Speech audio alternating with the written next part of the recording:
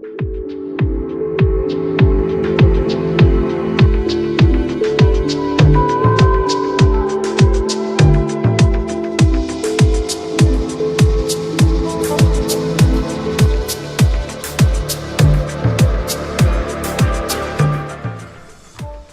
and welcome back to Higher Self Wellness.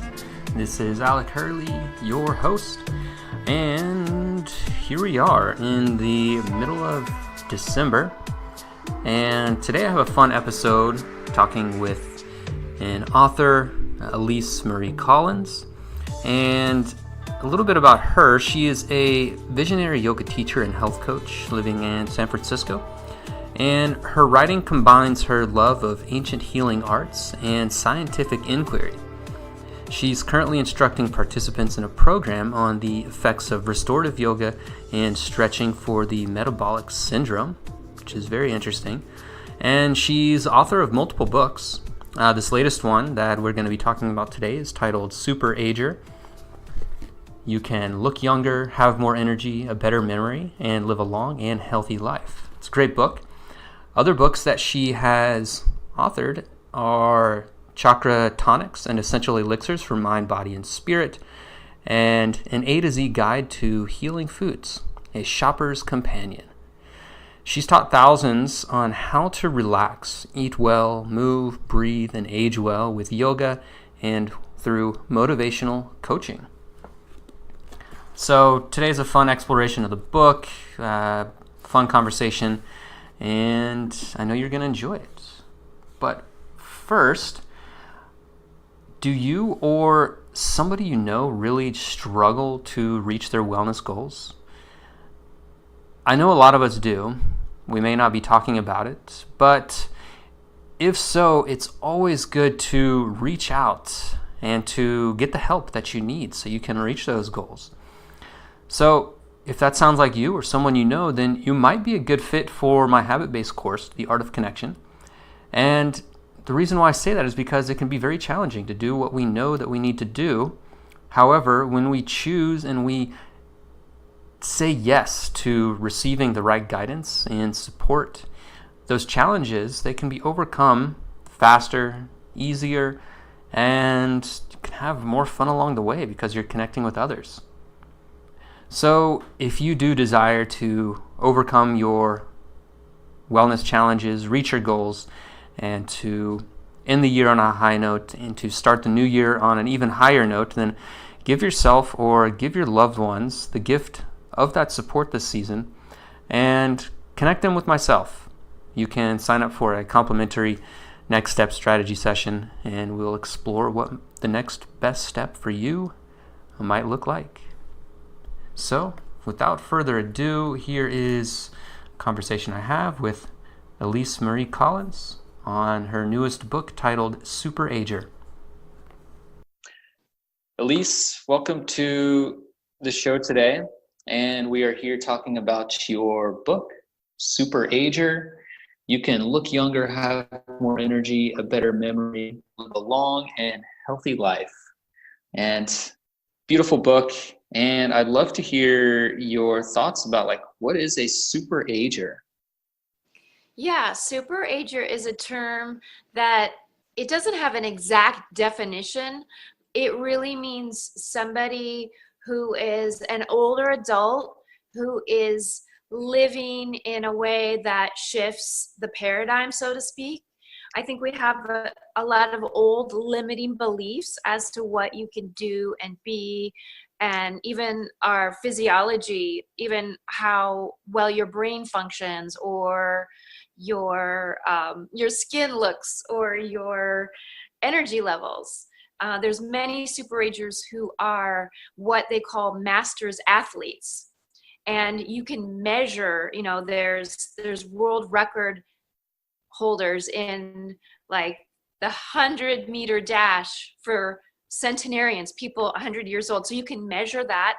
I also think there's a lot of quote unquote super agers who may not be masters athletes, but you can see them thriving and doing things that probably wouldn't have been able to do in another century. And they're inspiring us. Yeah, that's so cool. It really is. It's like these people who are really taking charge of their lives and shifting the paradigms of like, you know, getting old doesn't have to mean like losing the integrity of your body and not being able to do what you love to do. It's like you can really shift that and take control of your lifestyle. And so you talk a lot about the blue zones as well. And I know in the blue zones they all have their own kind of unique way of living and engaging with each other through community. So like the blue zones, like, can you talk about those a little bit? Yeah, the blue zones are places in the world demographically that there are verified numbers, larger numbers of centenarians more than any other places on Earth. So it is really the blue zones are very scientific, but they also have this incredible art and beauty.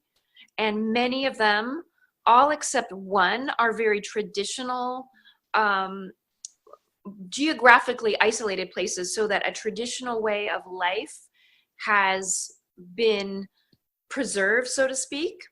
The only one that is well, it has a different take, which is Loma Linda, California. And I say that because that's not geographically isolated, but culturally, there are Seventh-day Adventists who are somewhat culturally isolated. But what that blue zone teaches us is that we can actually create our own cultures. There are cultures that have been preserved because of geography, and there are cultures that we can create. I think as yogis, we can create our own blue zones. Mm. Yeah, that's awesome. And I remember reading that in the book of how there's these projects of creating the blue zones in these different areas in which you wouldn't normally find these like traditions that are being preserved, that are being passed down from the lineages, but people are really beginning to create communities to where people are adopting these specific types of lifestyles to where they can then enhance life and live a longer and healthier life. Yeah, Dan Butner, who does the Blue Zones, came up with this idea for Blue Zones projects, and they sign up communities, states, and cities, and they work with cities and states, municipalities to create things such as walking groups. So everybody in the city can sign up for walking groups, or the supermarkets in the cities can display healthy food items. They agree, instead of putting out junk food, they make blue zone displays so people are tempted by foods that will help their bodies age more successfully. Mm, that's so cool. So being a super ager, to me, it seems like one who really begins to take charge of their entire lifestyle and take charge of their behaviors and habits and the way that they are moving and engaging through life. And so like I found a couple of key points in there that to me seemed like really critical things to take care of when one wants to become a super ager, and that was on sleep, cooking, meditation, exercise, breathing, and community. So like as far as sleep, have you like, what have you, yeah, I guess just talk to me about sleep a little bit. Yeah, as somebody who's struggled, one of my biggest struggles in life has been sleep, and that's what drew me to Ayurveda. I'm also a yoga teacher, and it took me a while to like actually believe in circadian rhythms, if that makes sense. Now I know there's a lot of science, but I was always a doubter because maybe I have an artistic background, and I also, I saw people staying up late. I'm like, they seem healthy. Why can't we stay up late? It was like the rebel in me. And in my research, and my own personal practice and guiding other people in how to sleep better, I realize we're as Western culture. I always say Western culture because I think there's the world is very global now, and a lot of people are 24/7 all over the world. So this Western influence of a 24/7 lifestyle has really thrown, I think, everybody off. The good news is that there's a lot of science around circadian medicine. In fact, the Nobel Prize in 2017 went to someone who researched circadian, or a group of people who did some amazing cell biology where they showed how cells sync with light and nature. Yeah, I remember that study last year. It was yeah, it was like how the genes produce a specific protein that accumulates at night, and then it is released and kind of dissolved during the day, and how it shows like how our body does operate on this cyclical rhythmic nature, all governed by the light and the dark. And it's so cool. Like for me, that was game changing as well, especially using the lens of Ayurveda, of just like really being able to like wind ourselves down in the evening and rev ourselves up in the morning time to really harness the qualities of the energies and how they are coming into play during the day. And man, sleep is so critical for everybody. I mean, there's just insane number of like unfortunate diseases that people experience just from being so arrhythmic and not being able to sleep well. And I think a lot of it comes from this hyperconnectivity that we're all experiencing, you know, in this modern age of technology, and really forgetting those old passed down traditions of winding down in the evening time, you know, and eating a lighter supper in the evening time to prime the body to get that nice sleep. So yeah, it's huge. Sleep is massive. You said something in there as well, and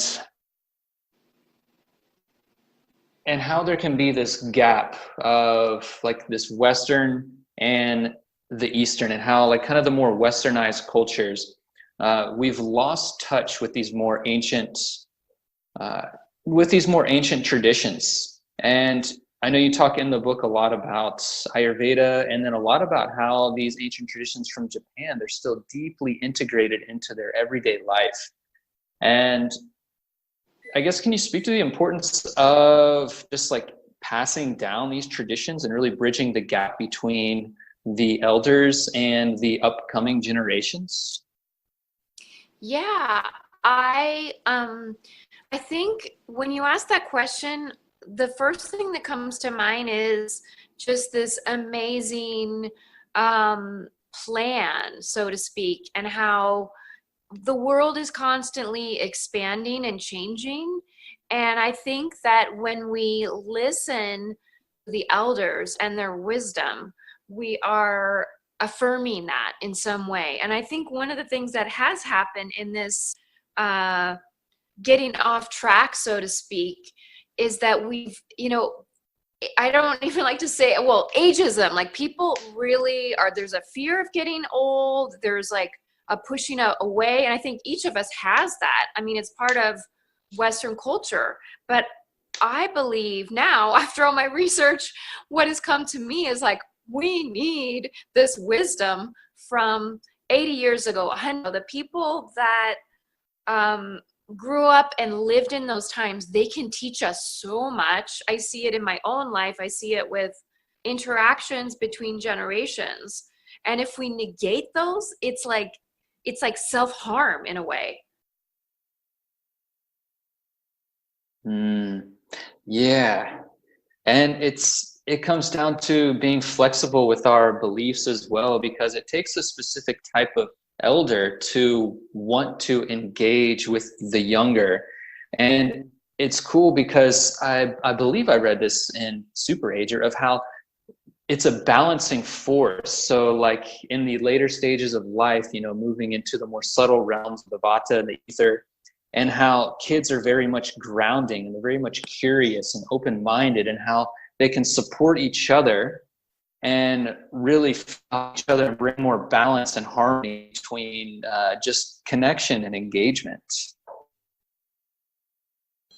Yeah, and kids, I mean, there's a lot of studies You may have read this in the book. There's one study, or I think there's actually a body of research that shows combining a senior either day center or with a children's center. I don't want to say daycare because I feel like the seniors, they just go somewhere, like we call it senior daycare, but that term doesn't ring well with me. But anyway, we'll say a center where seniors either live or come and attend, and a preschool or a pre-K program. When you combine those, everybody benefits. The kids end up going to kindergarten ahead of their peers, and the seniors benefit from this social engagement, because social engagement is so powerful, and that intergenerational interaction, I think that's missing in our society, because we live far apart, and we're not everybody has the privilege of being around grandparents or older adults, grand aunts and uncles.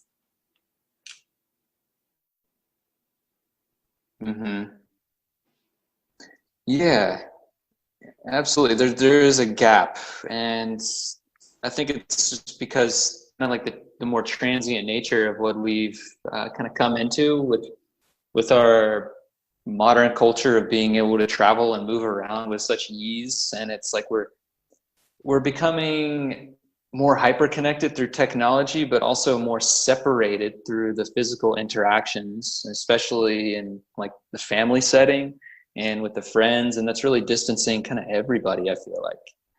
And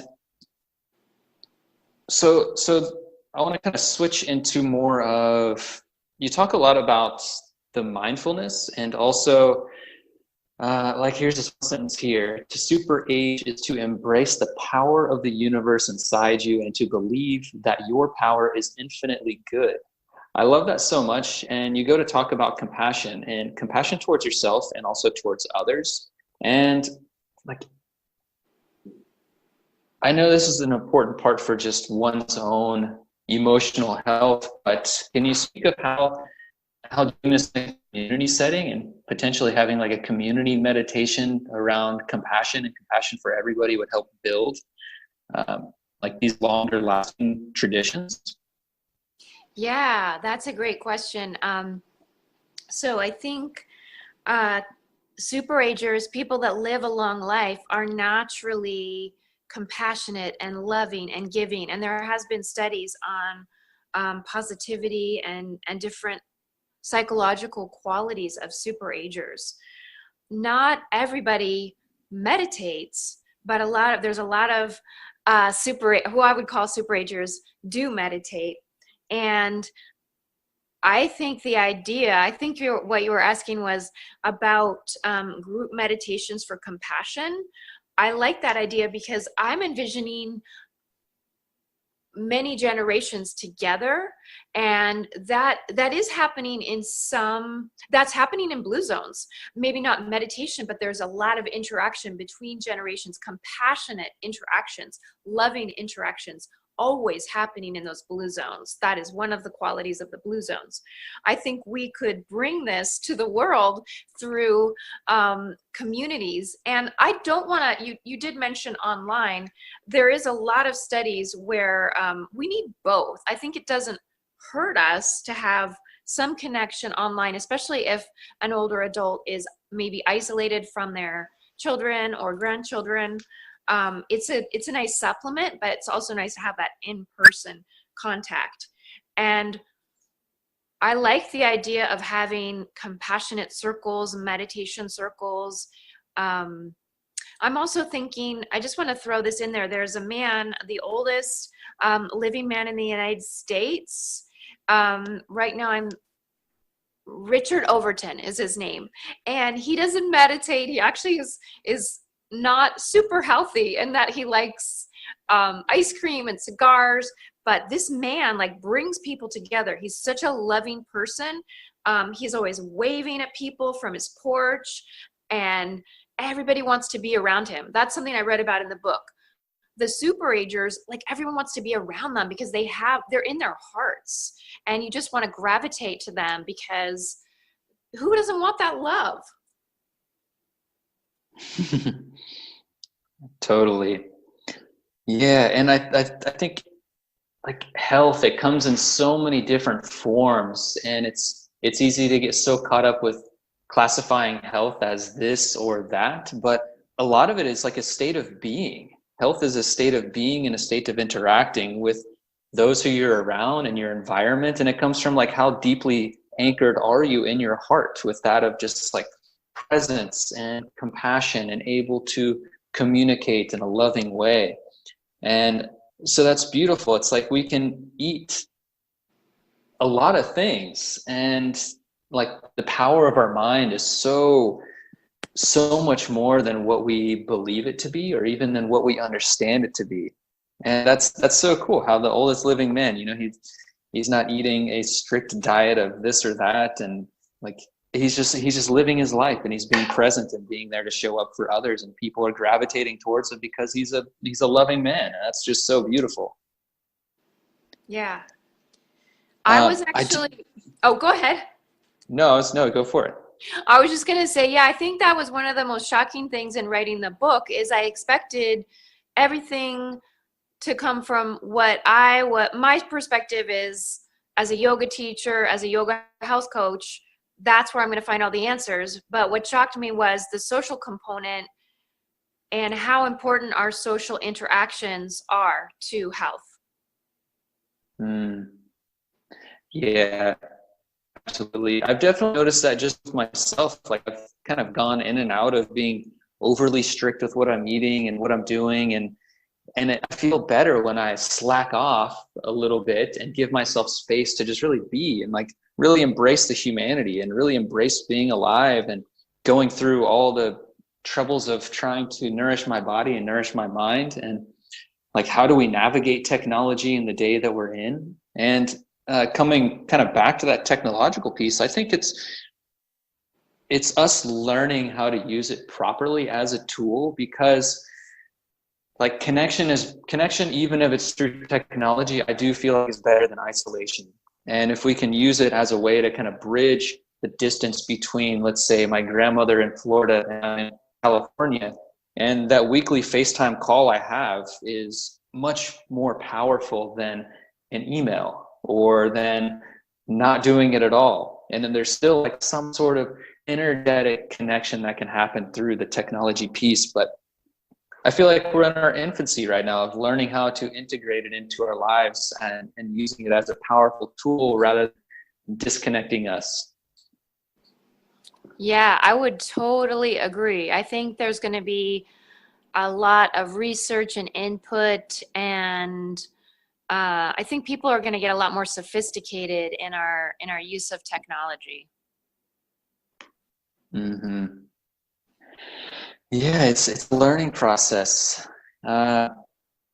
So I know one of the other components of these blue zones and one of the lifestyle factors is that of exercise.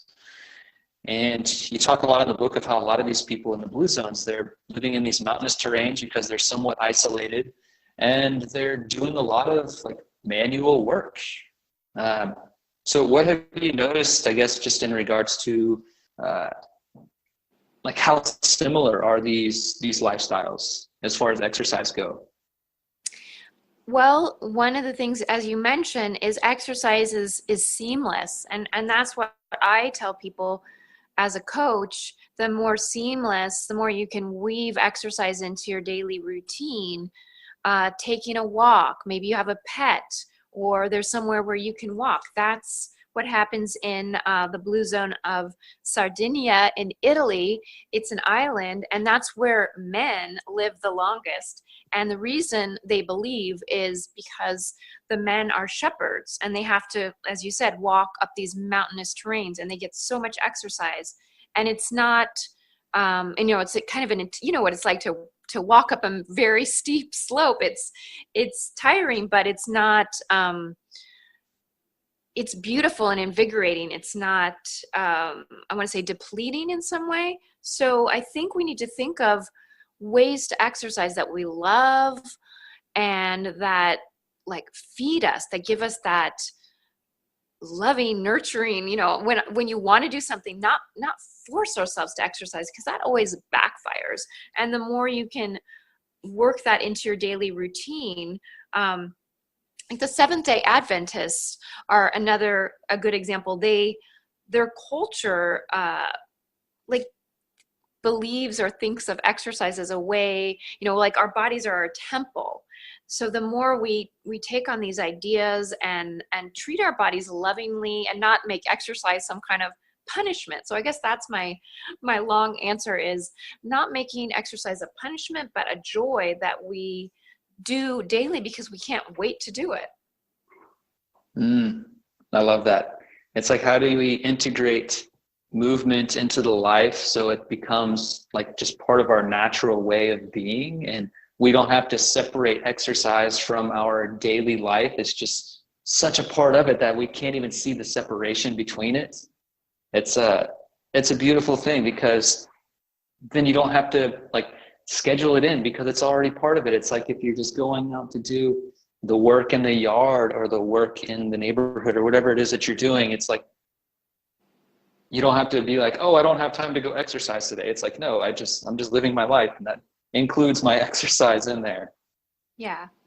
That's a really cool way of looking at it.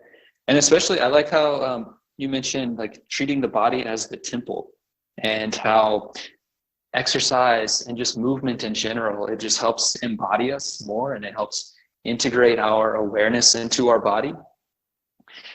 And talking about that, and then also this part on food and cooking food in a way that nourishes this temple of the body.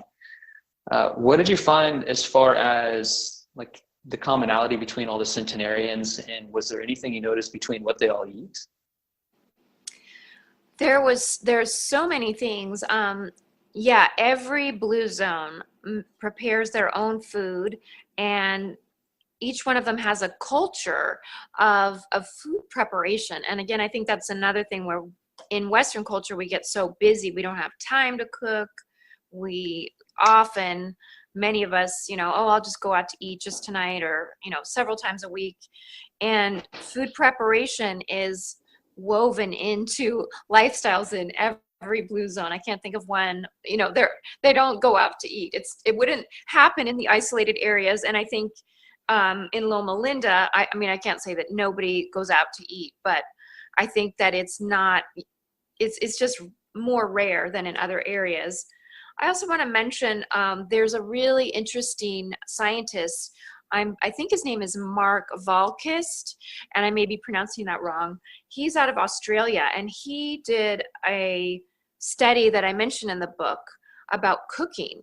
And I don't remember how much longer, but he found that older adults who prepare their own meals, even if they're just preparing them for themselves, I think they live about 6 years longer, according to his study. Whoa, that's pretty cool. And what he said I thought was interesting in his study. He said that he believes that there's something healthy. I mean, this sounds kind of obvious, but also cool that a scientist says it and spells it out like this. Something about the act of going, either growing your food, getting the food, and then making a meal has very life-giving and health-giving properties.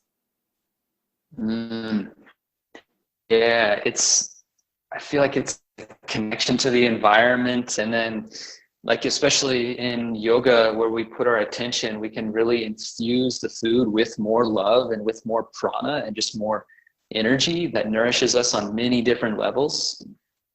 And yeah, I've been thinking about that a lot lately, especially just with the time of the year that we're in North America, and here in the USA, we have all these holidays where everybody is gathering to prepare food and meals. And when the duties of preparing all that food can be shared, and that's just more opportunity for more energy, more attention, more love to be put into that food, that just helps nourish everybody on deeper levels. And that's really cool that the doctor in Australia was studying like how that actually affects people and how cooking makes them live longer. You said 6 years?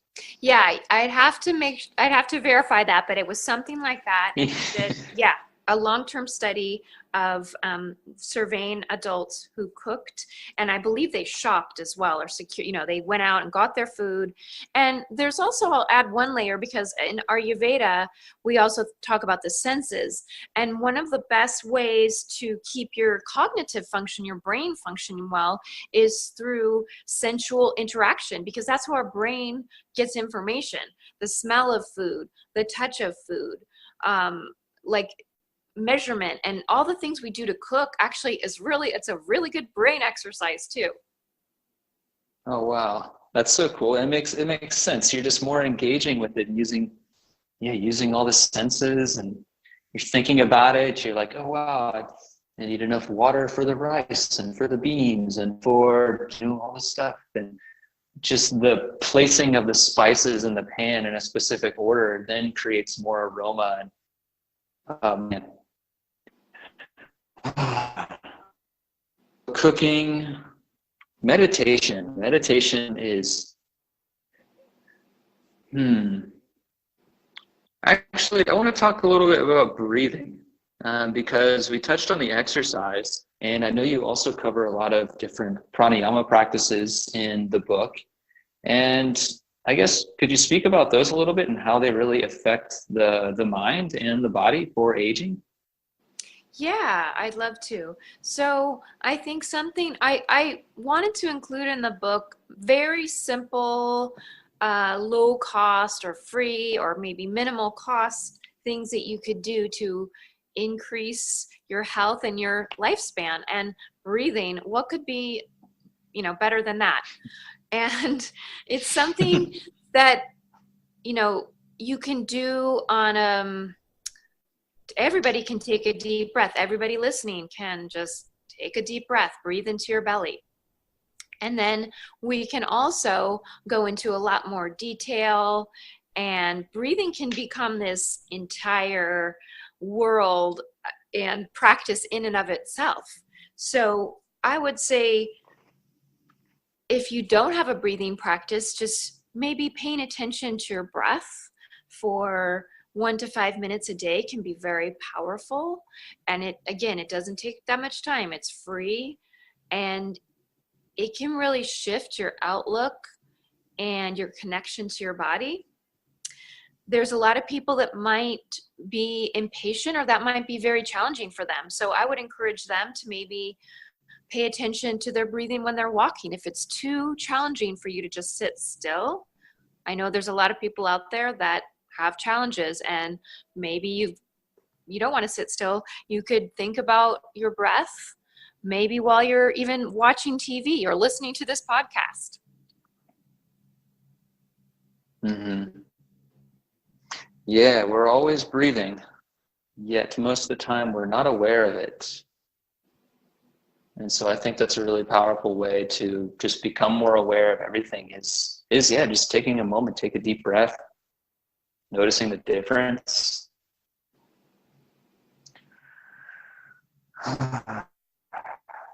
So just from like my own experience of redesigning my lifestyle and my behaviors, there's been these more subtle changes that I may not have been expecting in the beginning, and that of just like this sense of ease within my mind, but also this sense of connection. And I really think that it opens up one's capacity to really engage with their higher self or their spirits, or just that more subtle part of themselves that really can feel into the interconnectedness between everything. And so have you noticed just like how adopting these lifestyles really helps one understand that part of themselves, of their spirituality? Yeah, for me, I actually came to yoga and Ayurveda. I had a spiritual practice, and I needed more of the body-centered practice, because I have a lot of what we call in Ayurveda the vata, or the air. I'm more like a butterfly. So the spirituality is very easy for me. But the irony is that I found, through connecting more deeply to my body, uh, I can listen to my intuition and follow it instead of being in fear and sort of like a very tumultuous running around and not having as much connection. I think that, yeah, so I don't know if that makes sense, but for some people, they may want to have more of a spiritual connection, and then some of us need more of a body connection. As we get older, we naturally have more of a spiritual connection. That's just, some call it the wisdom of age. So I think all the health habits and the things that we can do to take care of our bodies can help us keep that spirituality healthy, so to speak. Yeah. Yeah, it's like we need a balance of both. And I have a lot of people ask me just about the mind and the spirit and like what is possible. And I ask them like, yeah, well, yes, that's all great and good. And these spiritual experiences that you may be having are, very, very unique and expansive, but how do you ground them back and apply them into your everyday life? And are they also preventing you from having that full human experience of being alive and engaging with others? And that's what I really found beautiful about a lot of these practices and lifestyles components in this book, is that they help everybody, no matter where you are or like what your belief or what your experiences is. It just helps everybody ground into their own body, so then they can apply those more subtle components of the mind that they may be accessing within their meditation. And I think that's part of like the healthy aging as well, is like really just learning how to take a little bit from here and a little bit from there and apply it to the life to suit our own unique needs.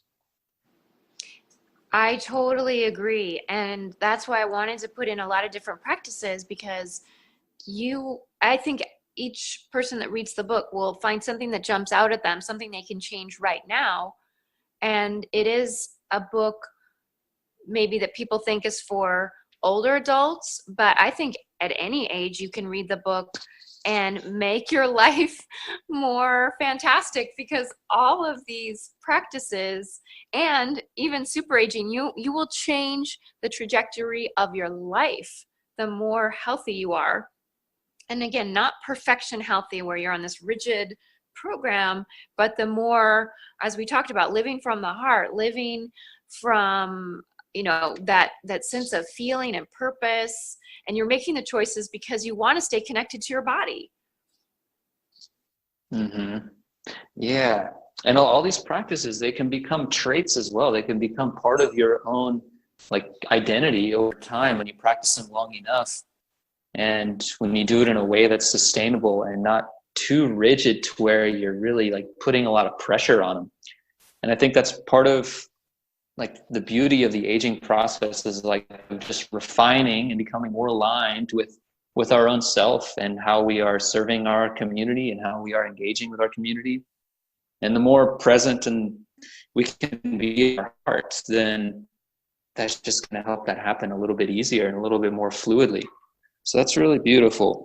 And the book itself, it's great. I really enjoyed reading it. And to be honest, I think I have 20 pages left, so I haven't quite finished it.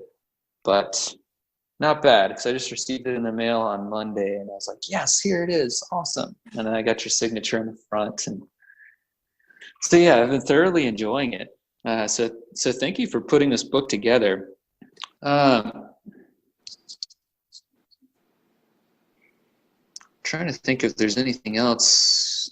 I guess, is there anything else that you would like to share about it, or about like just becoming a super ager, or how to begin to apply these lifestyle components into our daily routine? Sure. I'll say what I also we haven't talked about any of the super agers that I put in the book, and sometimes that gets left out. So maybe I'll tell a couple stories. One is Yeah, absolutely. Dow Porchon Lynch. Some people know about her, and others have never heard of her.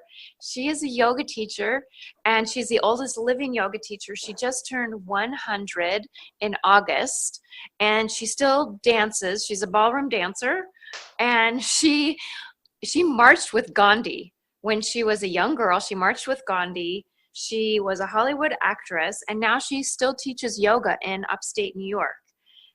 She also talks about how our bodies regenerate. She has a great TED Talk. So I would say to your listeners, go ahead and Google or go on YouTube and look for Dow Porchon Lynch. It's spelled Taoporchon,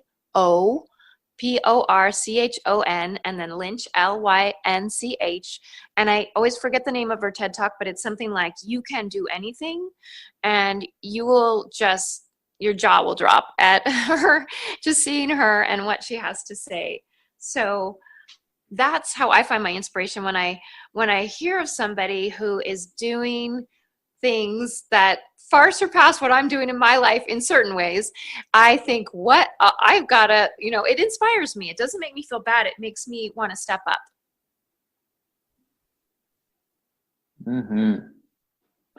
Yeah, that's beautiful. Still teaching yoga, still dancing. That's incredible. It really shows like the possibilities of when we do pay attention and when we treat ourselves well, when we treat our body well and our mind well, that we can keep going. We can keep enjoying life and keep impacting others around us. Yeah, and I think the stories, and I've included a lot of stories of people, they affect our brain and our spirit in a different way, where we start to believe like in a shift in paradigm, in a new way, more than just the prescriptive, ways to get healthy.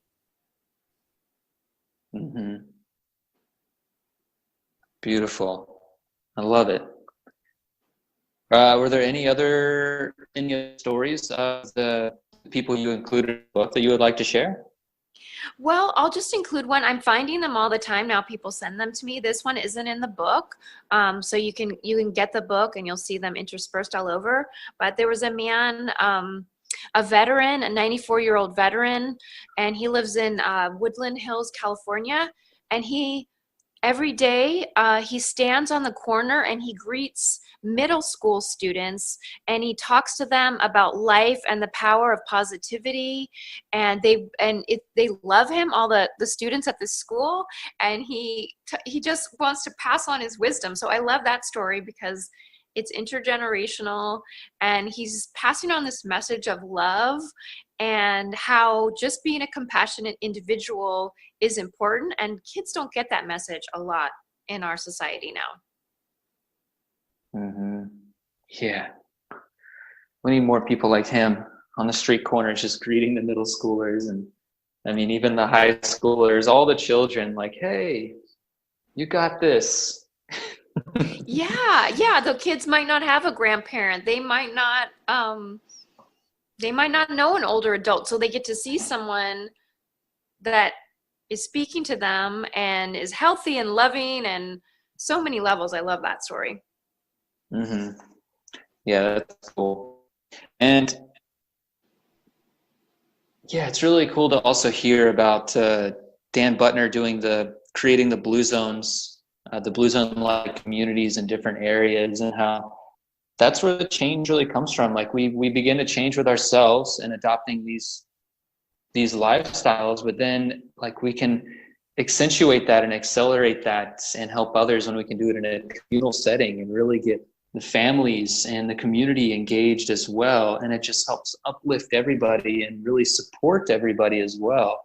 And by golly, we definitely need that in our time, with just deepening the sense of connection and receiving that support of the community. Yeah. So definitely. yeah. Well,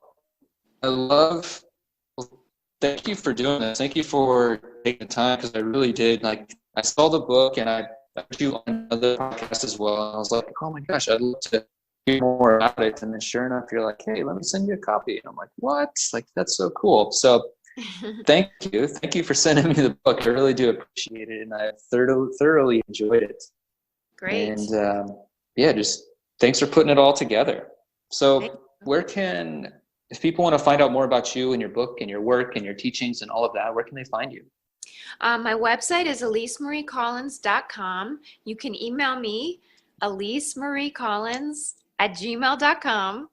My book is available at Amazon, and you can order it through major any bookstore or any other platforms. It's going to be coming out in audiobook too. That's just announced. Oh, sweet. Yeah. Very cool. Will you be reading it yourself?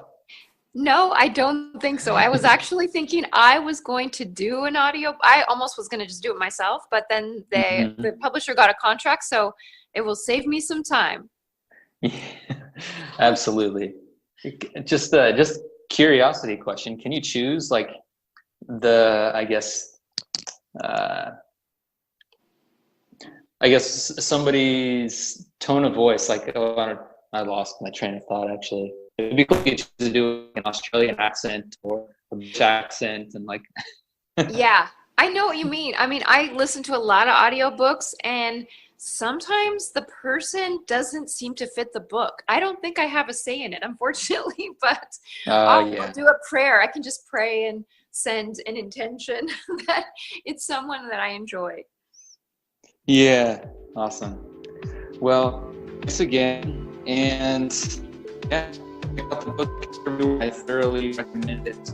If you want to look younger, have more energy, a better memory, and live a long and healthy life, then begin to adopt these super Ager lifestyle habits and see for yourself how they help your life. Thank you. Yeah, thank you.